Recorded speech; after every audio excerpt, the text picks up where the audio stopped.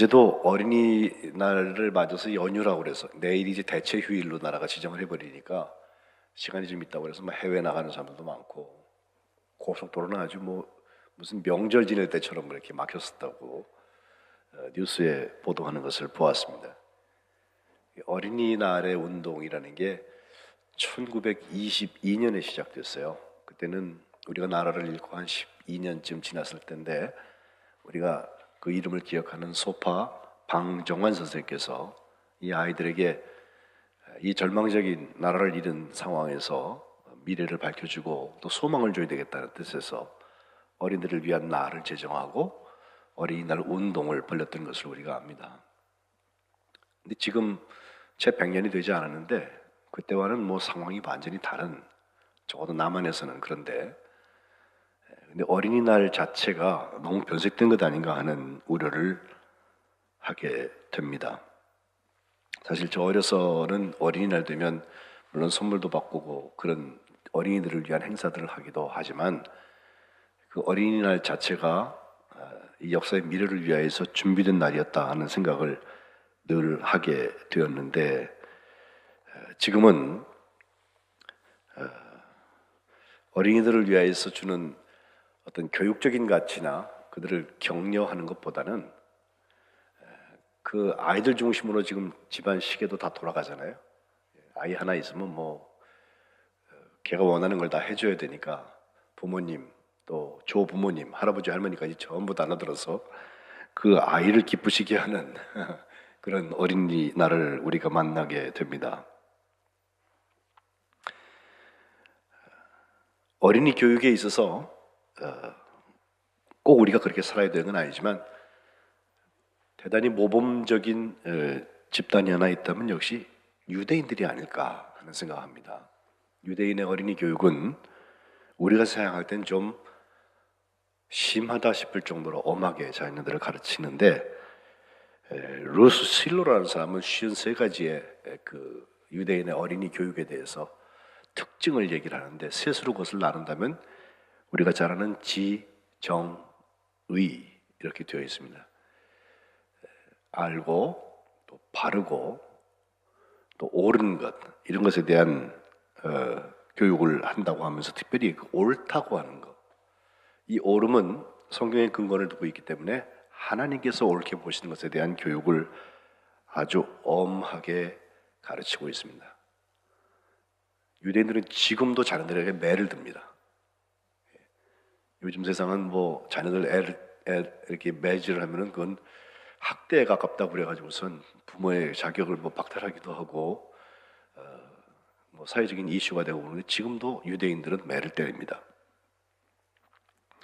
사사로운 감정에 치우쳐서 뜨는 매 이런 게 아니라면 매 맞는 자녀들도 부모의 손길에서 진심 어린 애정을 느낄 수 있습니다. 오히려 매를 듣지 않는 이유는 자기 신념이 분명하지 않기 때문에 그렇습니다. 가장 좋은 것을 가르치기 위한 일이라면 매보다 더한 일이라도 내 가슴을 후벼 파는 마음으로 부모가 자녀에게 할 수 있어야 멀리 보면 그것이 잘하는 것입니다. 먼 발치에서 바라보면서 개를 기쁘게 해주는 게 전부가 아니라 그게 능사가 아니라 그 아이에게 지금 발달 단계에서 꼭 필요한 것을 가르치기 위하여서 갑절의 아픔을 감수하는 부모의 모습 속에서 오늘 신명기 6장에 나오는 이 쉐마 이스라엘, 들으라 이스라엘아 라고 시작하는 이 말씀이 우리에게 뼈저리게 다가옵니다. 적어도 영적인 부분, 하나님의 말씀을 가르치는 부분에서 우리가 얼마나 열심히 하는지 가만 보면 우리 부모님들 때보다도 훨씬 덜 하는 것 같아요.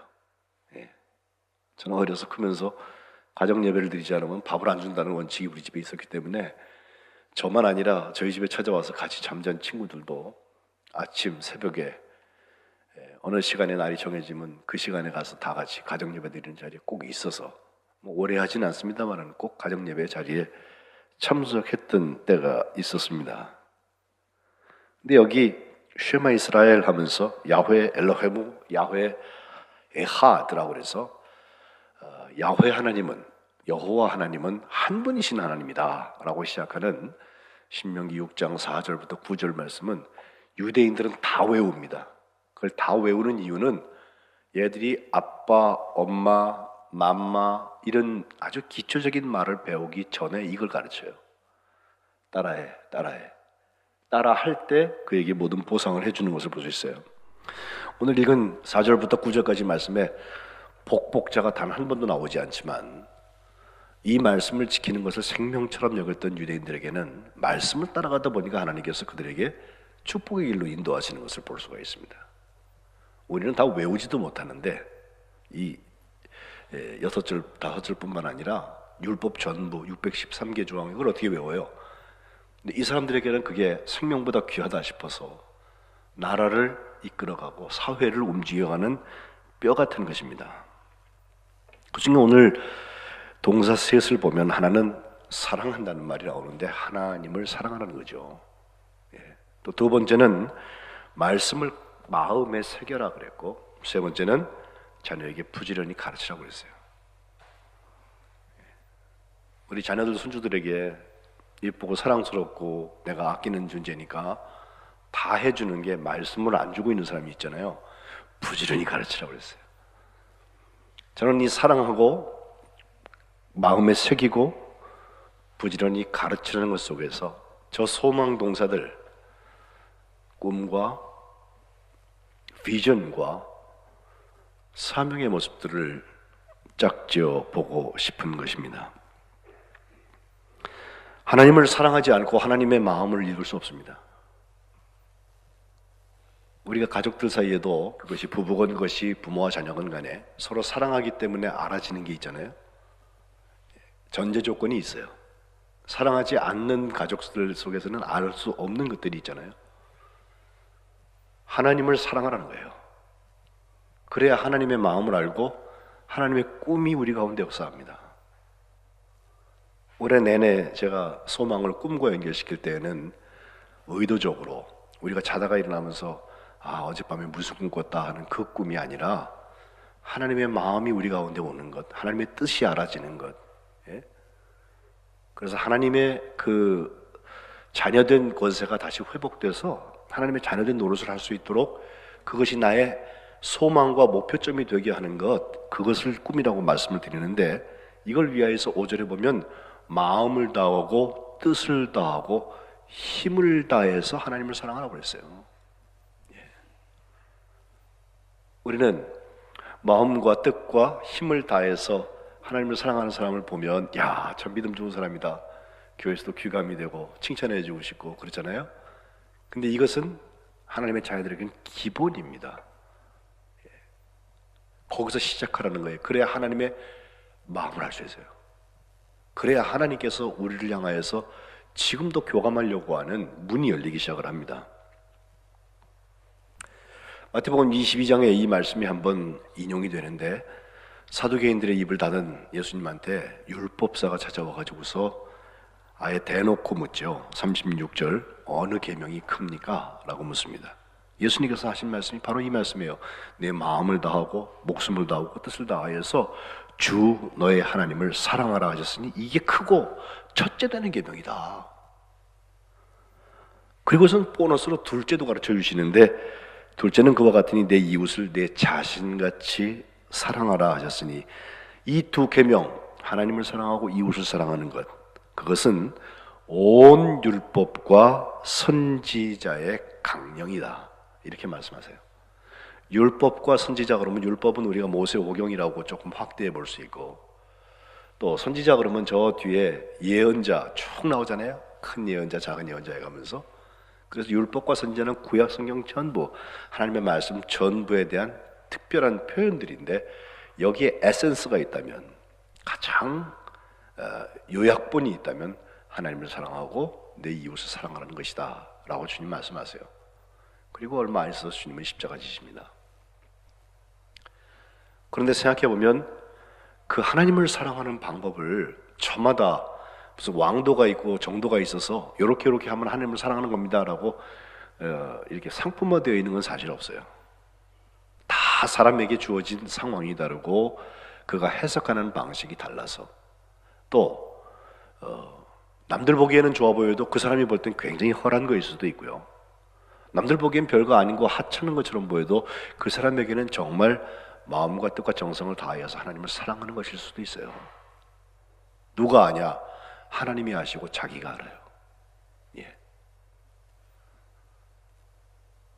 정말 저는 우리 거룩한 백성들은 하나님을 사랑하는 것 속에서 하나님의 꿈의 역사가 우리의 삶 가운데 이루어지시기를 주님의 이름으로 축복합니다. 두 번째는 마음의 말씀을 새기라고 그랬습니다. 말씀은 머리로 아는 거 아닙니다. 마음판에 육비가 아니라 신비에 새겨라는 말씀이 신약에 나오는데 마음판에 하나님의 말씀을 새기는 거예요. 6절에 보니까 오늘 내가 네게 명하는 이 말씀을 너는 마음에 새기라는 거예요. 교회에서 믿음 생활을 꽤 제법 오래 하는데도 불구하고 많은 사람들에게 덕이 되지 못하고 그들을 통해서 하나님의 모습, 예수님의 사랑의 역사들이 우리에게 나타나지 않는 건 이유를 보면 마음판에 하나님의 말씀이 없어요. 머리와 입으로는 잔뜩 떠드는데 그의 삶의 현장에 가보면 마음에서 나오는 하나님의 말씀이 없어요. 마음에 하나님의 말씀이 받아들여진 그 사람에게 하나님은 비전을 보여주세요. 그 말씀에 기초하여서 하나님 나라의 역사들을 자꾸 열어주세요. 지난 주간에도 태국 코라세 국제 웨슬리 국제학교를 섬기고 있는 우리 김교모 선교사님 일찌감치 오셔서 우리 교회 오자마자 그 다음날 선교 간증을 해주셨는데 그 학교에 탁 들어가자마자 오른쪽에 한 200평 넘도록 땅을 공터로 놔뒀어요. 이유가 있어요. 거기에는 예배당을 짓겠다는 거예요. 예? 근데 지금 뭐 경제적으로 여유롭지가 않으니까 뭐 운영은 잘 되는데 자꾸 이렇게 공사를 더 크게 막 벌릴 수 있는 그런 입장이 못 돼서 기도만 계속 하고 있길래 제가 페이스북에서 알고 있는 한 권사님인데 그분은 그 건축가예요. 그래서 그분을 한번 만나자고 제가 약속을 해가지고 가서 모시고서 같이 식사를 하고 또 지나간 20년 넘도록 그 교육 선교를 통하여서 태국에 1%밖에 안 되는 그리스도인들에게 미래를 여는 얘기를 같이 함께 나눴어요. 그리고 꿈을 꾸는데 그 함께 만났던 건축가 권사님이 간 이식 수술을 할 만큼 건강이 안 좋아서 한번 어려웠다가 지금 회복되는 단계에 있거든요. 그러니까 제가 먼저 전화로 저랑 한번 태국 가실래요? 라고 여쭸더니 아유 제가 아직 건강이 그렇게 5시간씩 비행기 타고 갈 수 있는 입장은 못 됩니다. 그렇게 말씀하셨는데 말씀을 만나서 같이 이야기를 하고 거기 지금 있는 건물들 이렇게 보여주고 예배당을 져야 되는데 여기서 하나님의 말씀을 가르쳐야 되는데 라는 이야기를 했더니 그분이 계속해서 하나님의 말씀을 묵상하고 있던 터라 그런지 마음이 확 열려가지고 제가 한번 가겠습니다 그러더라고요. 그래서 제가 무리하지 마세요 제가 그랬는데 마음판에 새겨진 말씀이 그에게 비전들을 자꾸 열어줘요. 하나님께서 어떤 방식으로 일할지는 나는 몰라요. 근데 우리 마음에 주신 말씀을 읽는 중에 주시는 말씀도 있고 교제하는 중에 주는 말씀일 수도 있고 어떤 때는 굉장히 우연스러운 것처럼 보여지지만 하나님께서 철저하게 준비하신 섭리하심 속에서 깨달아지고 그 말씀이 우리에게 주어지는 경우가 있거든요. 이것이 우리 삶의 비전이 되는 것입니다. 저는 성민교회의 소망을 꿈꾸는 여러분들에게는 하나님의 말씀이 가슴에 마음에 담겨져서 하나님이 열어주시는 비전의 역사가 감당되어지시기를 주님의 이름으로 축복합니다. 세 번째 소망의 자녀에게 보여지는 것 하나는 그 자녀들에게 부지런히 가르치라는 거죠. 어떻게 가르칩니까? 먼저는 강론하라 그랬는데 강론의 때가 시도 때도 없어요. 집에 앉았을 때든지 길을 갈 때든지 누워있을 때든지 일어날 때든지 이 누워있는 말은 잠자기 전을 말하고 일어날 때에는 일어나기 전을 말하는데 아무튼 잘 때도 하나님 말씀 듣고 자고 깨기 전부터 하나님의 말씀을 이미 듣고서 하루를 시작하라는 거 아니에요. 제 딸아이가 지난 주간에 외부에서 이따 들어왔는데 이렇게 보면서 제가 어렸을 때 제가 키우던 생각이 나요. 이번에 유럽을 다녀와서 제가 유럽에서 아이를 낳아서 키웠으니까 얘 잠자기 전에 자장가 제가 뭐 노래 많이 알고 잘 부를 수 있지만 노래 안 했어요. 어떤 닥터를 처음에고서 주기도를 외웠어요. 주기도. 천천히 웹니다. 하늘에 계신 우리 아버지여, 무슨 창하듯이 천천히 낮은 소리로 불러주면 그거 듣다 말고서 잠이 들어버리고, 어떤 날은 좀 늦게까지 잠을 안 자서 한 번 다 해도 안 되면 두 번 하고, 두 번 해도 안 되면 그 다음에 사도신경 이어서 외우고. 그래서 그 아이에게 아직 아무것도 뭐 개념도 없는 아이에게 주님 가르치신 기도와 사도신경을 외워서 제가 애를 키웠던 기억을 하게 됩니다. 잘 때 들은 말씀, 그리고 깨어서 처음 들은 말씀, 그것이 부지런히 가르치는 사람에게 일어나는 강론의 표징들입니다. 이것이 몸에 배면 그 말씀을 안 들으면 하루가 이상해요. 뭐가 중요한 게 빠진 것 같아요.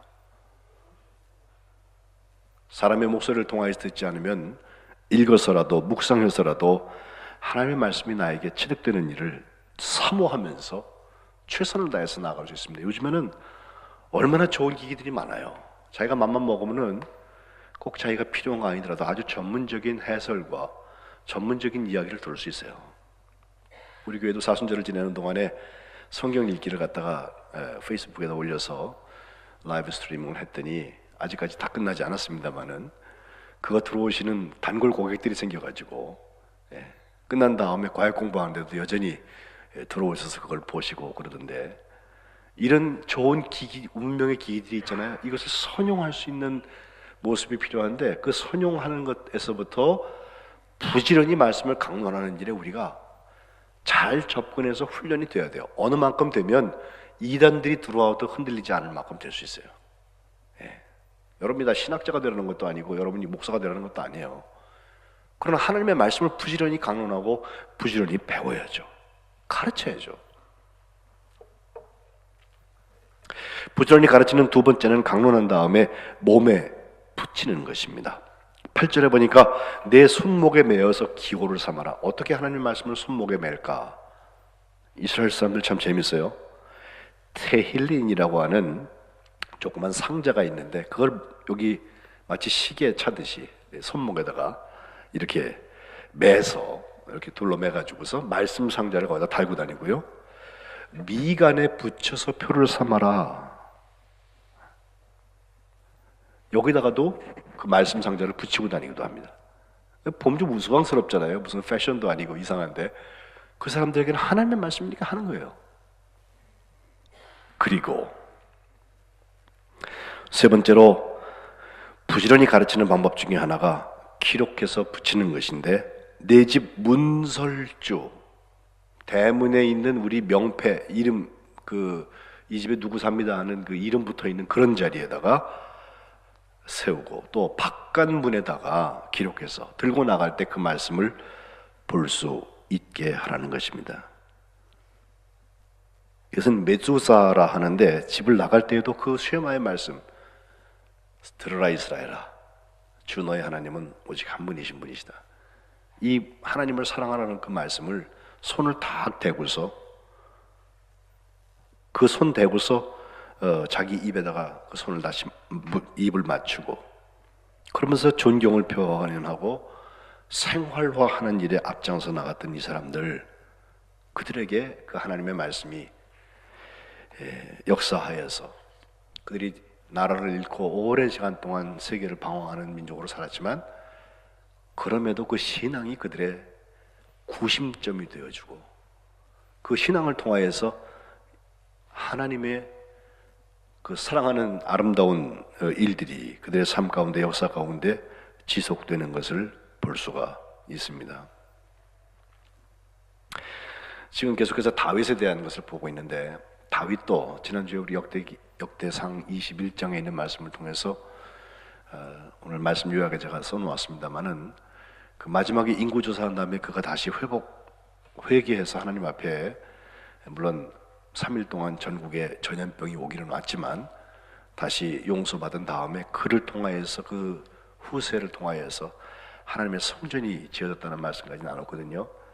하나님의 말씀이 지어지기 위하여서, 하나님의 성전이 지어지기 위하여서 그 다윗이 솔로몬에게 얼마나 간곡히 얘기를 하고 있는지 22장에 보면은 잘 나와 있어요. 거기 22장 11절부터 17절에 유언같이 하는 말이에요.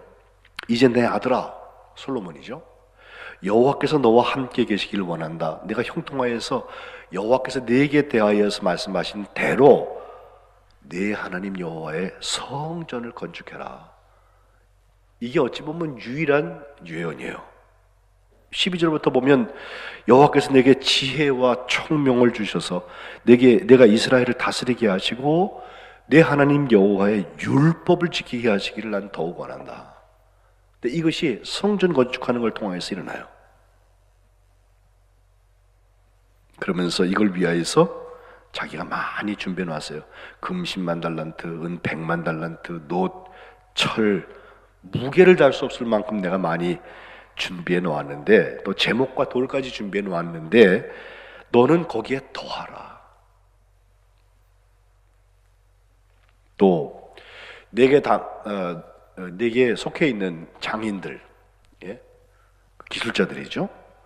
또 석수, 목수, 온갖 일에 익숙한 모든 사람들 다 동원해 가지고 일어나서 일하라고, 하나님의 집을 지라고, 여호와께서 너와 함께 계실지로다 축복해요.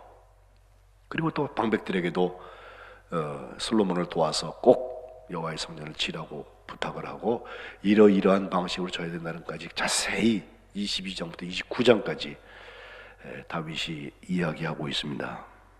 어떻게 이것이 가능할까? 또 아버지가 돌아가신 다음에 실제로 그렇게 하거든요. 어떻게 그것이 가능할까?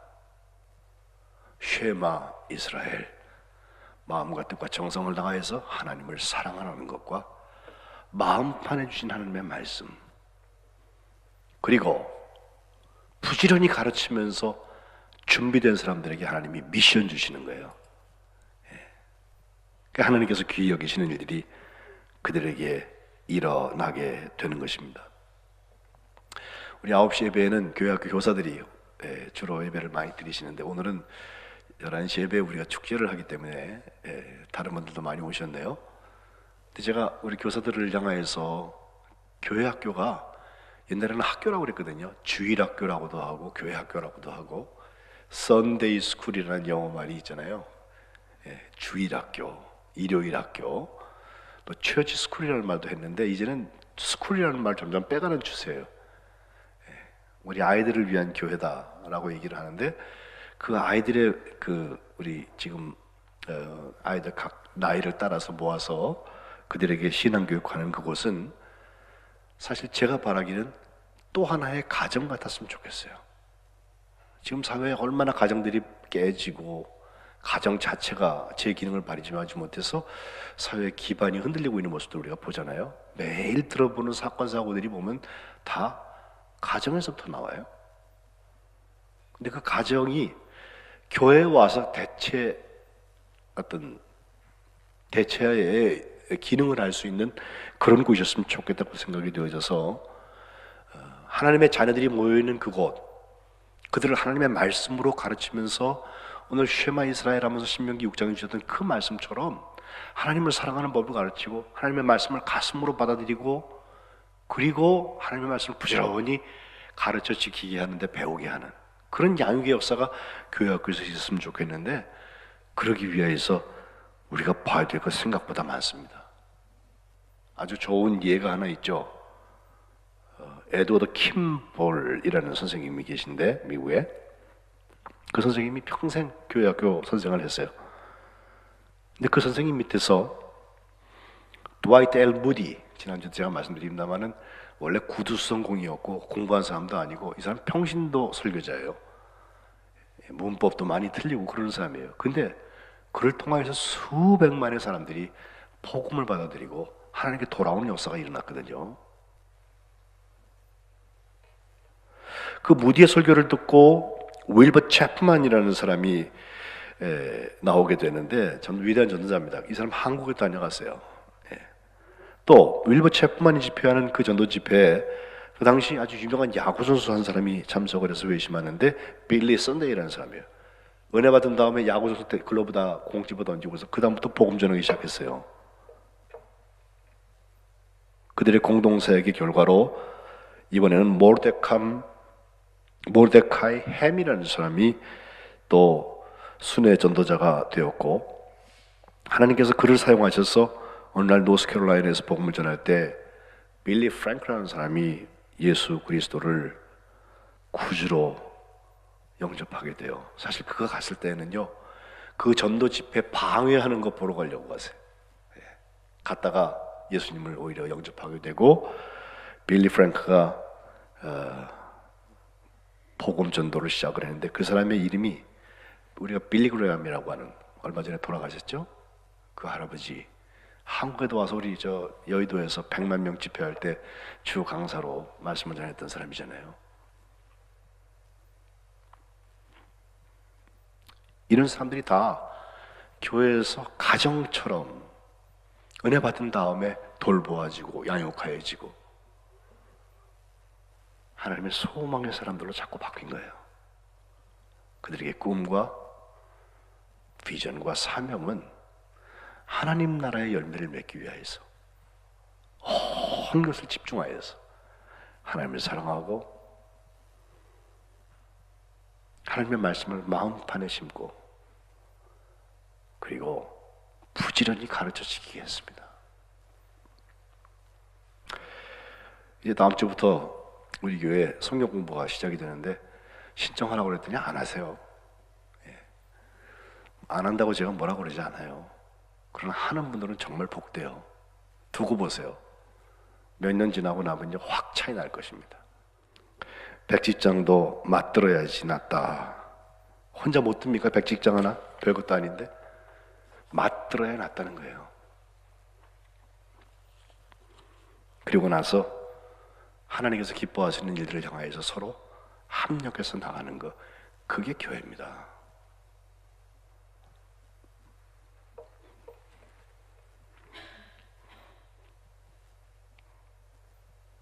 오늘 새벽이 돼서 페이스북에서 과거에 내가 어떤 포스팅을 했는지 무슨 글을 올렸는지에 대한 글이 다시 기억을 시켜주는 게 있어서 이렇게 보았더니, 제가 덴마크를 여행하게 되었을 때 거기 주에는 키르케고르 동상 앞에서 사진 찍었던 그게 올라왔어요. 근데 제가 그날 원래 계획도 없던 것인데 아무도 거길 찾아가지 않는데 아내하고 저하고 그분이 일행들을 끌고 가는 길이면 거기 좀 한번 세워달라고 그래가지고 그 공동묘지에 갔어요. 그 공동묘지라는 게 뭐 버려진 묘지가 아니고 잘 꾸며져 있는 묘지인데 그 묘지에 키르케고르 무덤이 있어요. 이 무덤에 그 묘비도 가서 보고 또 거기 뭐라고 써있나 봤더니 거기 덴마크 찬송가가 하나 거기 딱 써있더라고요. 4절. 그리고 그 가족 묘가 같이 이렇게 몇 사람 같이 있는 것을 이렇게 보았는데, 그 키르케고르가 왜 오늘 그것도 6년 전에 올리게 되었나 하면 키르케고르 생일이 월요일이에요. 1813년도 월요일날 태어나고 그는 짧게 살았어요. 42살 1855년 11월 11일에 하나님의 부르심을 받아요. 그가 남긴 유명한 말을 제가 거기다 써놨더라고요. 이 시대가 필요로 하는 것은 천재가 아니다. 천재는 너무 많다. 오히려 필요한 것은 순교자다. 순교자는 누구냐? 쓸데없이 목숨 버리는 사람이 아니라 사람들이 따라가도록 가르치기 위해서 자기가 먼저 그걸 따라가다가 죽는 사람이다. 이 시대는 깨달음을 필요로 한다. 나는 하나님이 나를 어떻게 도우셨는지 잊지 않는다. 결국 내 마지막 소원은 모든 영광을 하나님께 돌려드리는 것이다 라고 키르케고르가 말을 남겼습니다. 이게 1747년도 그가 35살 되었을 때 일기인데, 그리고 한 5년 후에 그는 하나님의 부르심을 받습니다. 그가 태어난 다음에 꼭 5년이 지나서 1818년 5월 5일에 태어난 사람 중에 하나는 칼 막스라는 사람이 태어나는데, 우리가 아는 공산주의 시작을 했던 사람 아니에요. 마르크스라고 우리가 말하는. 베를린의 훔볼트 대학이라고 그 대학 본 건물 이렇게 딱 들어가면 입구에서 저 앞에 보면 계단으로 이렇게 올라가는 길이 있는데, 그 벽에 딱 보이게 앞에 써 있어요. 그 써 있는 말은, 철학자라고 하는 것은 세상을 다른 방식으로 많이 여러 가지 다양하게 해석해낸다. 그러나 정말 문제가 되는 게 있다면 그 세상을 바꾸는 게 중요한 거다. 그래서 개혁자의, 혁명자의 모습들이 거기에 나타나고 있거든요. 근데 막스가 바꿔놓았던 세상은 지금도 인류의 숙제가 되어 있어요. 물론 그가 시험했던 일들은 엥겔스와 함께 시작됐던 공산당 선언 이후의 것은 100년이 되지 못해서 문을 내렸죠.